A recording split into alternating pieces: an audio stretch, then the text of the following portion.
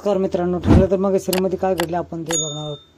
सायली खोकल्यात नाटक करते आणि ती गेल्यानंतर ती उचकापाचं करू लागते. तिला पेंडल सापडायचं असतं, तर तिला शोधूनही अर्धा लाखाचा तुकडा सापडत नाही. इकडे महिपत आलेला असतो आणि तो अर्जुन सायलीला कॉल लावतो.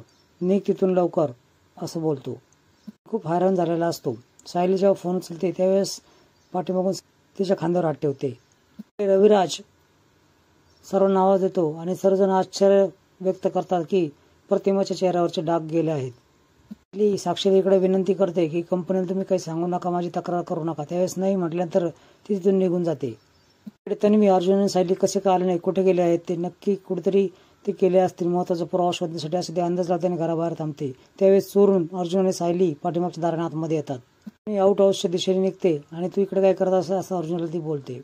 त्यानंतर सायली तिथे येते आणि काही पण तुला विचारून आम्ही कशाला काय करू, माझ्या बापाला भेटायची, तुझ्याकडे परमिशन काढायची मला काहीच गरज नाही असं सायली बोलून तिथून निघून जातात. इकडे प्रतिमा आणि रविराज सुभेदारांच्या घरी येतात आणि सगळ्यांना दाखवतात की डाग कसे गायब झाले आहेत. प्रतिमाचं कौतुक सायली देखील करते, पण अचानकपणे प्रतिमाला सायलीने आई अशी हाका मारली काय असं जाणवतं.